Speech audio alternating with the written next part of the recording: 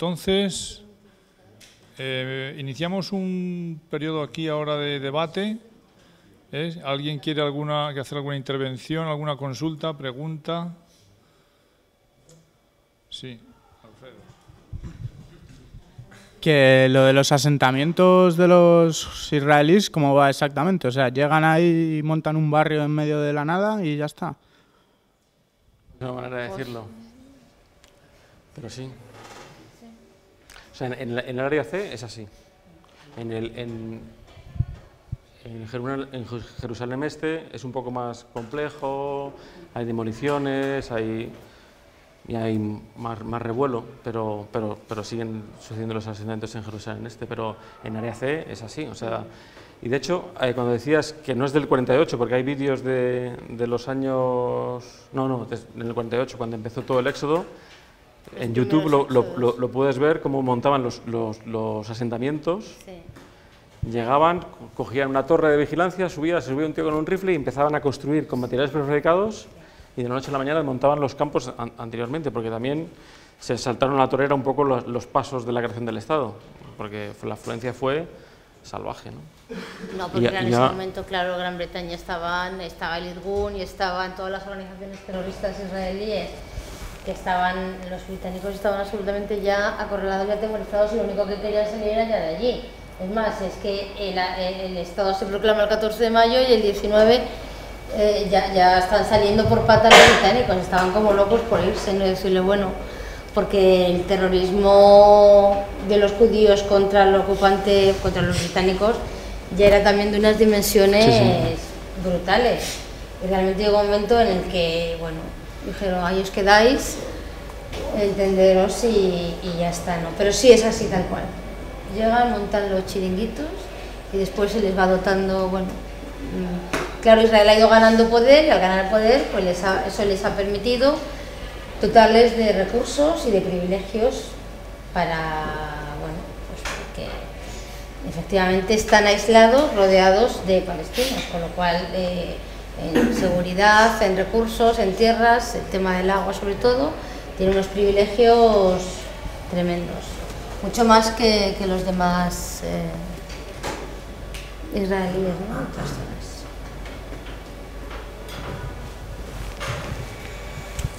¿Alguien se atreve más? Bueno, yo sí. O sea, al final es un conflicto, o sea, nadie tiene razón en esto y también es mucho de percepciones. O sea, a lo mejor, no sé si ha parecido como estamentos o como, pero es una visión, pero no hay ninguna visión sobre otra en esto. O sea, no hemos venido a sentar cátedra ni de ningún modo, o sea, son percepciones y toda la sociedad israelí tampoco piensa igual, es lo que le estaba comentando. Afortunadamente sí que está habiendo grupos que intentan cambiar esa dinámica y que no están absolutamente de acuerdo con lo que está haciendo, ¿no? Lo único que luego, bueno, llegan las elecciones y vuelven a salir los mismos y las figuras más radicales. Sí quería hacer una pequeña observación, y es que indudablemente la situación actual en Oriente Próximo es el resultado de la geopolítica de los últimos 500 años, desde la conquista de los turcos de Constantinopla, prácticamente 1453 en adelante. Ese es otro hito importante. Pero lo que me ha superado las previsiones es lo del agua de lluvia.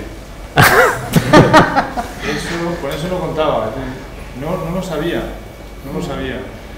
Que el agua de lluvia no podamos cogerla es un problema bastante grande, porque ni el paraguas, claro. Si el paraguas cae a un recipiente, entonces no. Si lo dejas caer al suelo, sí, porque recargas el acuífero. Pero eso la idea de lo delirante, que es todo esto también, y descorazonador, porque dices, cambiar todo esto... No es nada fácil, porque se ha construido en tantos siglos. Una cosa, antes de tu pregunta, sobre el agua de lluvia, o sea, al final no es que a ellos les importe el agua de lluvia, sino es la estrategia que decía ella de mover gente del área C. Porque hay otra cosa que aluden los israelíes, que casi toda el área C es un área de reserva natural. Entonces en una área de reserva natural no puedes hacer ningún tipo de cosa. Y eso es lo que provoca, porque este tipo de de recogida de agua de lluvia para ganado, para aprovechar áreas de pastoreo después de las lluvias y volver a tu zona, lo que provoca es que la gente, esos medios de supervivencia que tienen en un ambiente árido, los pierdan, entonces tengan que irse hacia las áreas B y ya cambiar su modo de vida basado en la actividad ganadera a una actividad basada en servicios, bueno, en servicios entre comillas, porque hablamos de un 50% de paro, pero es lo que hace que ese área tan grande, que es el área C, que decía que es 60%, solo tenga un 20% de población y cada vez menos. Y de hecho, ahora mismo estas estrategias de supervivencia pues se mantienen también de una manera artificial, porque se apoya con agua, se apoya con forraje para los animales, pero ya no es en absoluto sostenible de la manera que lo era antes. Entonces eso lo que provoca es que nadie vaya ahí, sino todo lo contrario, que se vaya despoblando todo el área C donde se hacen nuevos asentamientos. Bueno, esto a lo mejor desde mi perspectiva, desde la vuestra parece una pregunta un poco tonta, pero entre estos grupos civiles, sobre todo de nuevas generaciones de israelíes, que como bien has dicho, quieren un poco buscar un camino hacia una situación más sostenible, y entre a lo mejor grupos que pueda haber palestinos, ¿no hay algún tipo de organización que intente estrechar algún tipo de lazo, o esto es totalmente inviable? Bueno, por ejemplo, las mujeres, aunque no son muy visibles, están llevando a cabo una labor muy importante desde hace mucho tiempo. La Organización de Mujeres de Negro, por ejemplo, en Gaza, que surgió a raíz de la Intifada, sí que cuenta con el apoyo de muchas mujeres israelíes que se han sumado a su causa, y hay familias de uno y otro lado con víctimas, muertes por ambas partes, que sí que están haciendo esos esfuerzos que realmente, insisto, son poco visibles, por buscar salidas de entendimiento y por cambiar esa mentalidad y por educar en esos valores de convivencia en paz. Son grupos minoritarios, insisto, dentro de la sociedad israelí también, porque claro, es lo que he dicho antes, un israelí de Tel Aviv no tiene nada que ver con un israelí de un asentamiento judío. Sí, son mucho más occidentales, incluso por ejemplo el tema del Shabbat, que a un ultraortodoxo pues no se le ocurriría ni saltarse una mínima regla. En Tel Aviv prácticamente ya ni se está cumpliendo en muchos sitios, están abriendo establecimientos, es decir, sí hay conatos, sí hay grupos, esta organización ha sido un revulsivo, ha sido valiente denunciando todos los abusos que durante tanto tiempo han cometido las tropas israelíes, por ejemplo en Hebrón. Lo que pasa es que todavía hay mucho camino por andar. No son visibles, insisto, pero sí que a pequeña escala, y sí que familias de uno y otro lado están intentando ese esfuerzo de entendimiento y de cambiar valores. Sí, no sé si Pablo... No. ¿Y hay algún tipo de apoyo o no apoyo a estos grupos? No creo, no. Bueno, imagínate el cabreo de Israel cuando los soldados de Hebrón deciden desertar y montarse la historia y encima denunciar esos abusos. No, vamos, que a mí me conste, no tiene... No, a ese nivel no.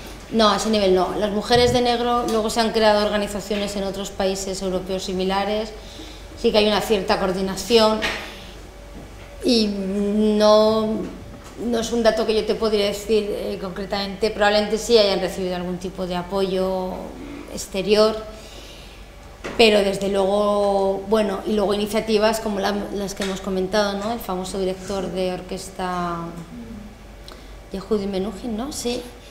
Es que él sí creó una escuela, bueno, a través de la música, intentando decir esos valores de educación, de cambio de mentalidad, pues a través de la música, ¿no? Él es una referencia, es un emblema, desde luego, pero no creo que el gobierno de Israel apoye mucho estas iniciativas. Desde luego gobiernos como Netanyahu o desde luego Sharon, los conservadores. No lo creo, efectivamente no. no, la capacidad que tengan de adhesión pues, en otros países o de generar, no sé, recursos, pero vamos, son iniciativas poco conocidas también y que no tienen demasiados apoyos ni tampoco excesiva visibilidad, desgraciadamente. Preguntar un poco una duda que se me ha creado. Habéis dicho que los recursos hídricos pertenecen a Israel, pero yo creía que los de Jericó eran Jordania, o el agua de Jericó también. Decía la gestión. O sea, lo que es la gestión de los recursos pertenece a Israel, no el recurso hídrico en sí, sino la gestión. O sea que al final el recurso hídrico también. O sea, todo lo que es una actividad de infraestructura pertenece a Israel. En el caso de Jericó es área A, entonces ahí teóricamente la administración civil te permite la explotación de ese recurso, pero con permiso del IDF, del ejército. Tienes que presentarlo para una infraestructura. Si vas a construir un sondeo, tienes que pedir un permiso para ese sondeo, con las especificaciones técnicas.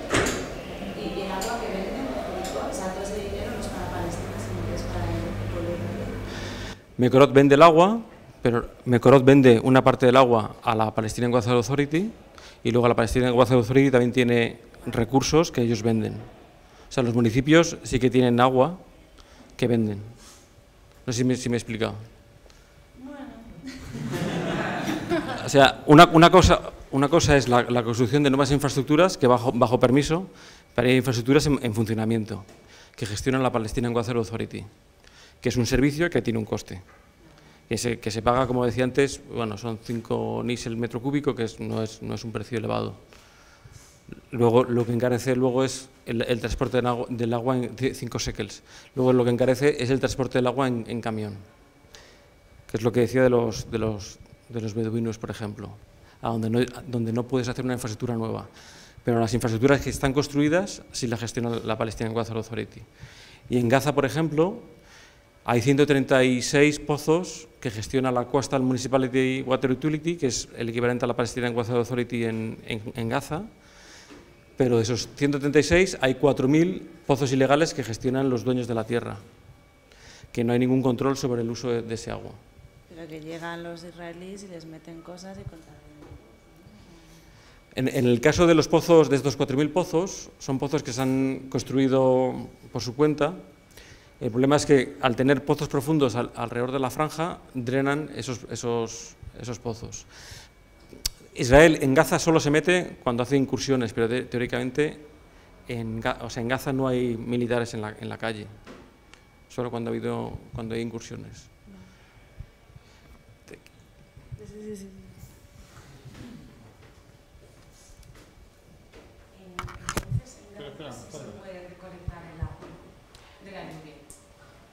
En Gaza se puede hacer, entre comillas, cualquier cosa.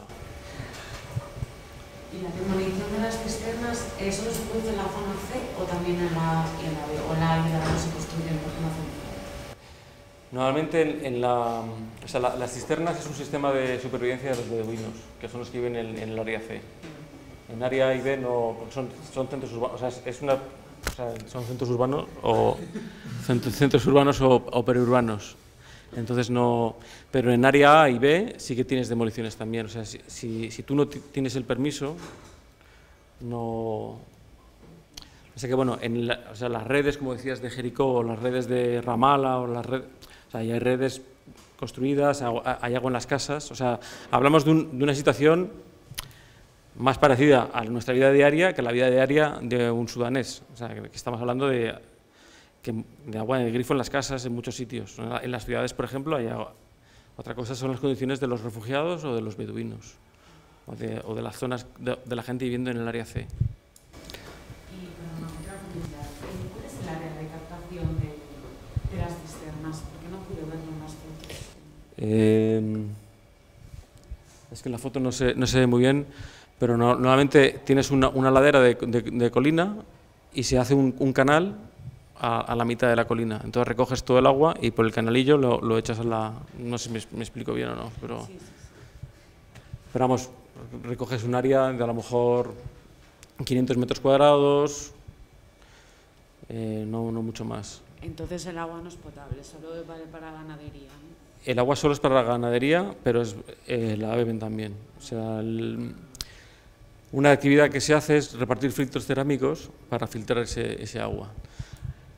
Normalmente pueden tener una cisterna donde van a comprar el agua, como lo decía, cuando el precio es más bajo, compran el agua y llenan las cisternas y tienen otra agua para ganado. Y ponen unos decantadores para reducir la velocidad del agua y tal. Pero sí es agua que hacemos regularmente controles y está contaminada. Hay contaminación fecal pues de 5 miliformes por 100 mililitros, que normalmente el indicador es 0, pues no es un agua contaminada. Sí, antes habéis dicho que, creo que tú, Pablo, que el coste podía llegar del agua a ser hasta el 40% de los ingresos de alguien, cuando lo que está establecido es el 3% como máximo en cooperación internacional, en todo este tema. Entonces, que el de 3 al 40 hay una suave diferencia. Bueno, es el derecho al agua el que marca el 3% cuando hablamos del indicador de asequibilidad. Pero lo que hay. O sea, este consumo de agua no solo a nivel doméstico, sino también es para ganado. O sea, es una cantidad importante de agua.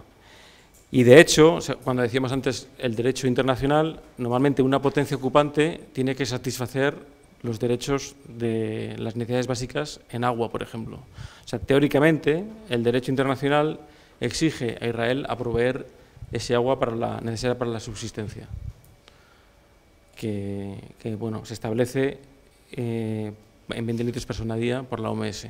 ¿Cuánto? 20 litros persona día por la OMS. En situación de emergencia. El estándar de Palestina son 100 litros persona día.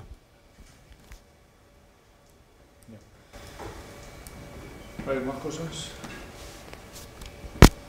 ¿Más observaciones? ¿Más desesperaciones? Creo que he insistido bastante en la idea de un acceso precario y en continuo riesgo, por lo que estamos viendo. Es decir, podríamos sacar interesantes conclusiones de esta charla que son, yo creo que todas distintas de lo que hasta ahora hemos visto. Nos creíamos que no nos sorprendería nada.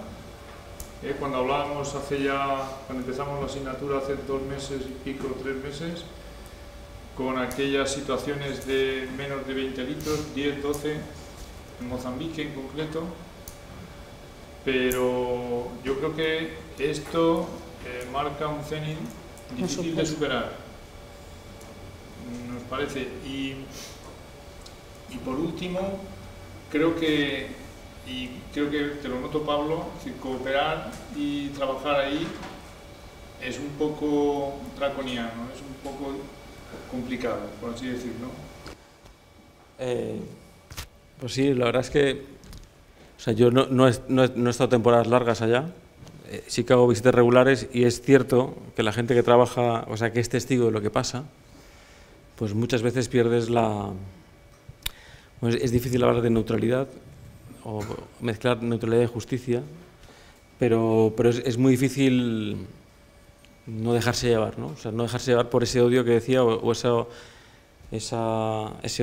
odio visceral cuando ves gente, o sea, no es por morbo ni nada, pero es verdad que tú tienes un chaval de 20 años con sus gafas de sol, con su rifle última generación, que odia a todo el mundo, que favorece no solo a los palestinos, sino a los que les apoyan, porque les consideran terroristas y potenciales enemigos de su país y de su familia. Con todo el poder que le puedes dar a un chaval de 20 años, si ya, bueno, sí, ya sabemos que a alguna persona le das un uniforme y una gorra y ya se transforma, pues imagínate si le das un arma que dispara de verdad y todavía no tiene, o sea, todavía no eres maduro.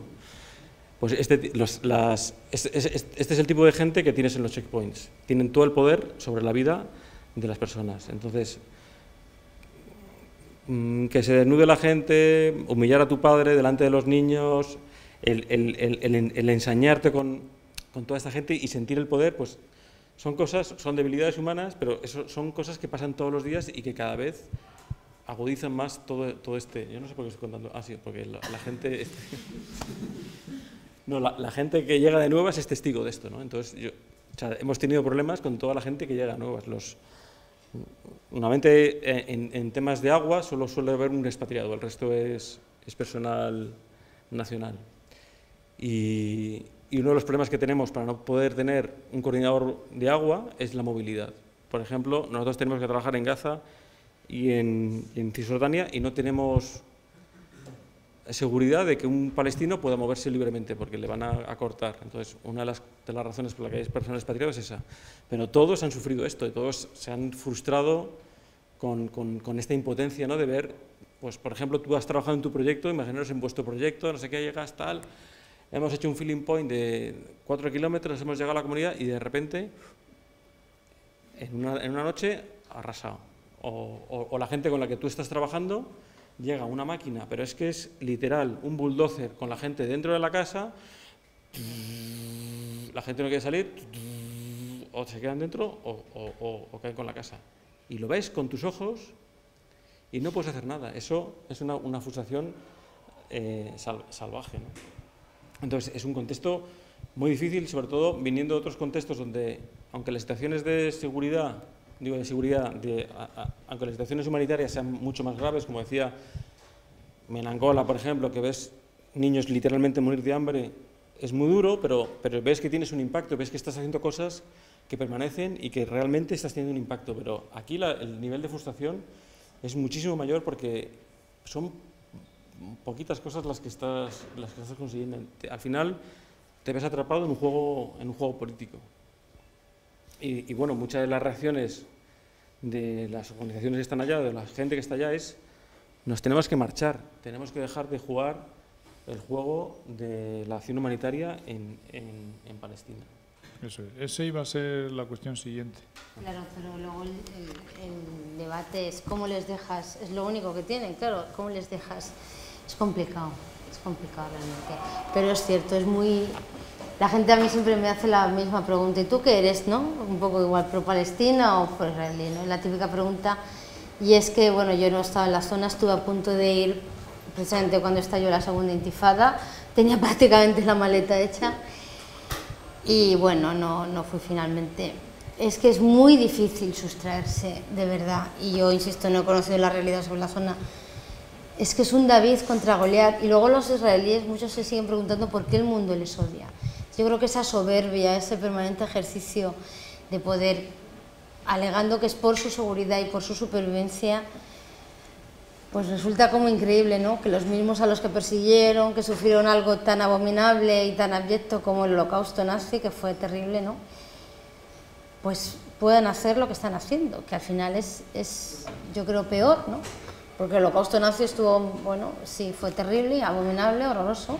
Pues que estos son décadas y décadas y décadas, como él dice, se aprieta la tuerca, saben hasta dónde pueden llegar y hasta dónde. El objetivo final es llevarles a una situación límite de desesperación, resignación y decirle: nos vamos, porque yo lo que no sé es cómo siguen resistiendo, de verdad, cómo nos siguen resistiendo. Es muy desesperanzador, ¿no? Es muy ver que eso es una lucha absolutamente desigual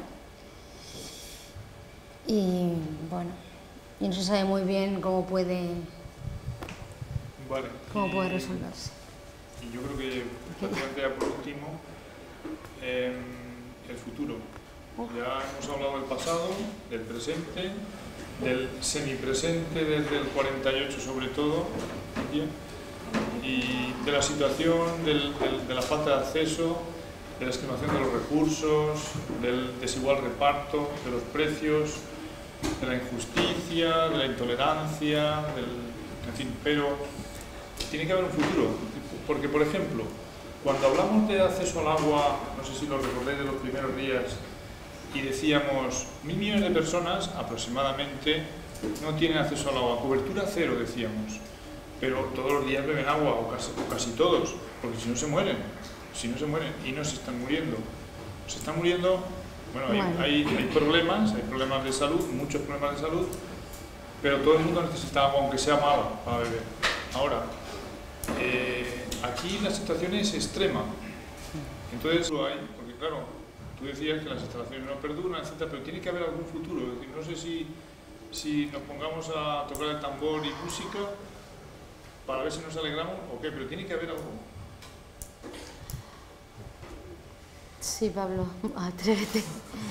Yo he dicho que iba a hablar, pero para que lo... Yo, bueno, repito, o sea, es como lo que decía antes o sea, es una situación, es algo crónico, es algo que hay futuro porque durante estos 60 años la gente sigue tirando para adelante con un apoyo de una manera muy artificial.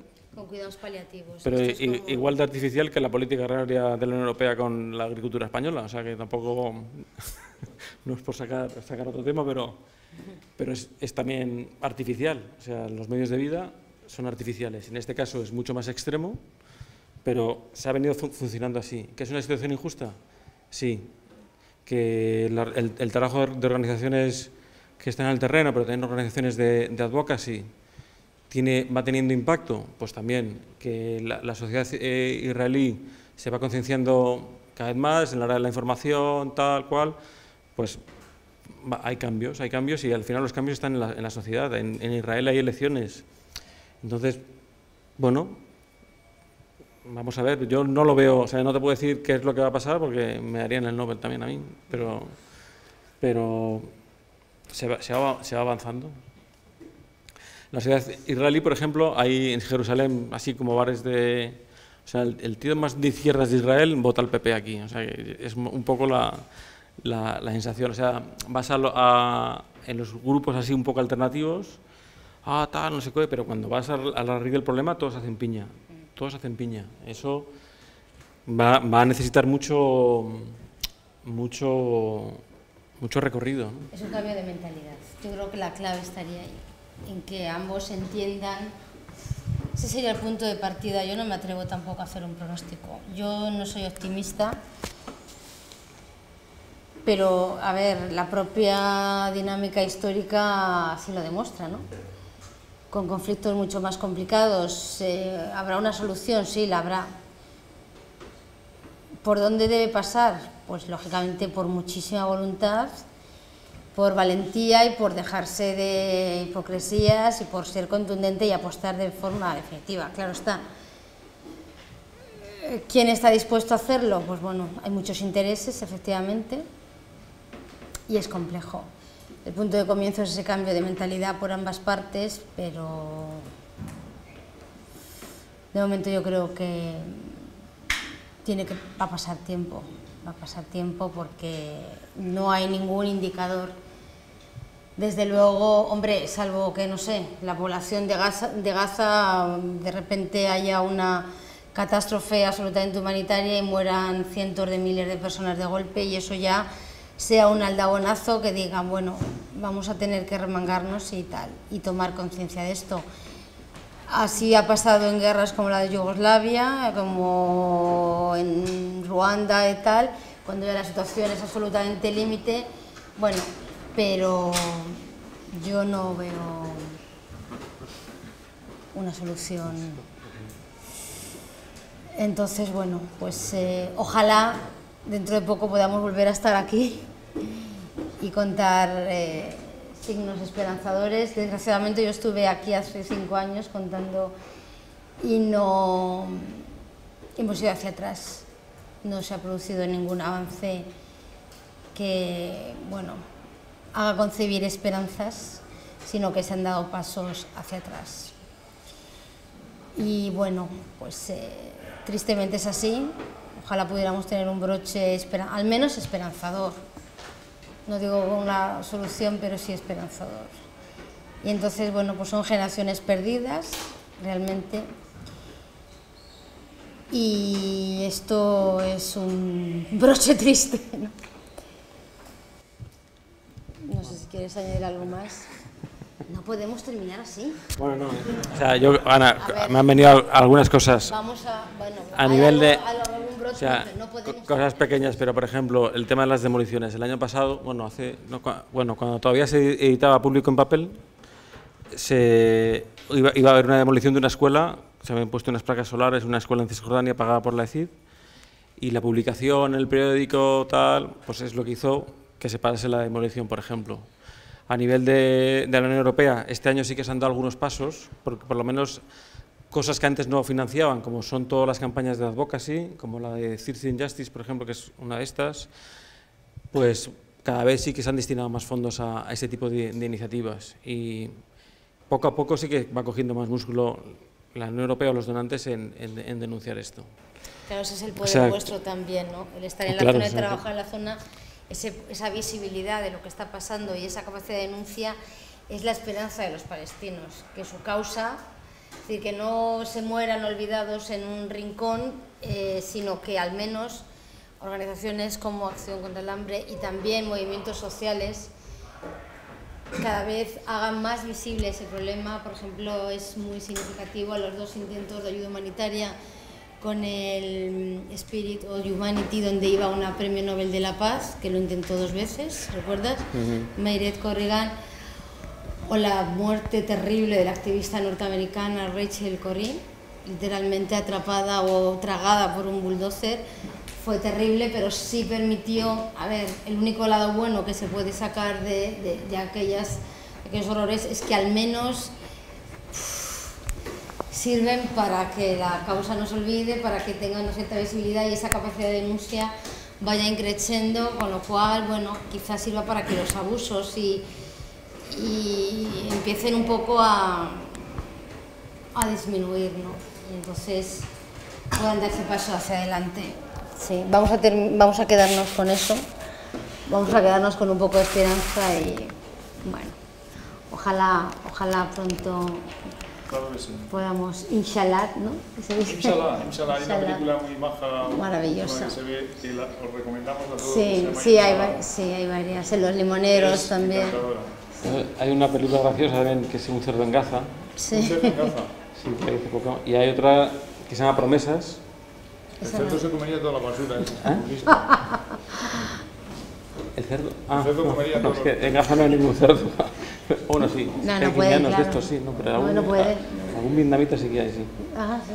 Pero bueno, son películas. Y la de Promesas es una película que también está bien porque graba la vida de familias palestinas y israelíes, diferentes tipos de familia, la típica familia progre en Tel Aviv, creo que es, cuando chavales, luego una familia de colonos impresionante, con un chaval de 7 años y como ya a los 7 años el odio ya está en los tuétanos de ese chaval, que dices, ya nada que hacer. Y luego los chavales que viven en campos de refugiados, bueno, está bien. Bueno. Gracias a todos. Por todo esto, muchas gracias a vosotros. Ha sido y por supuesto que, en fin, ha sido muy valioso, creemos. Volveremos. Volveremos, por supuesto. Volveremos y gracias a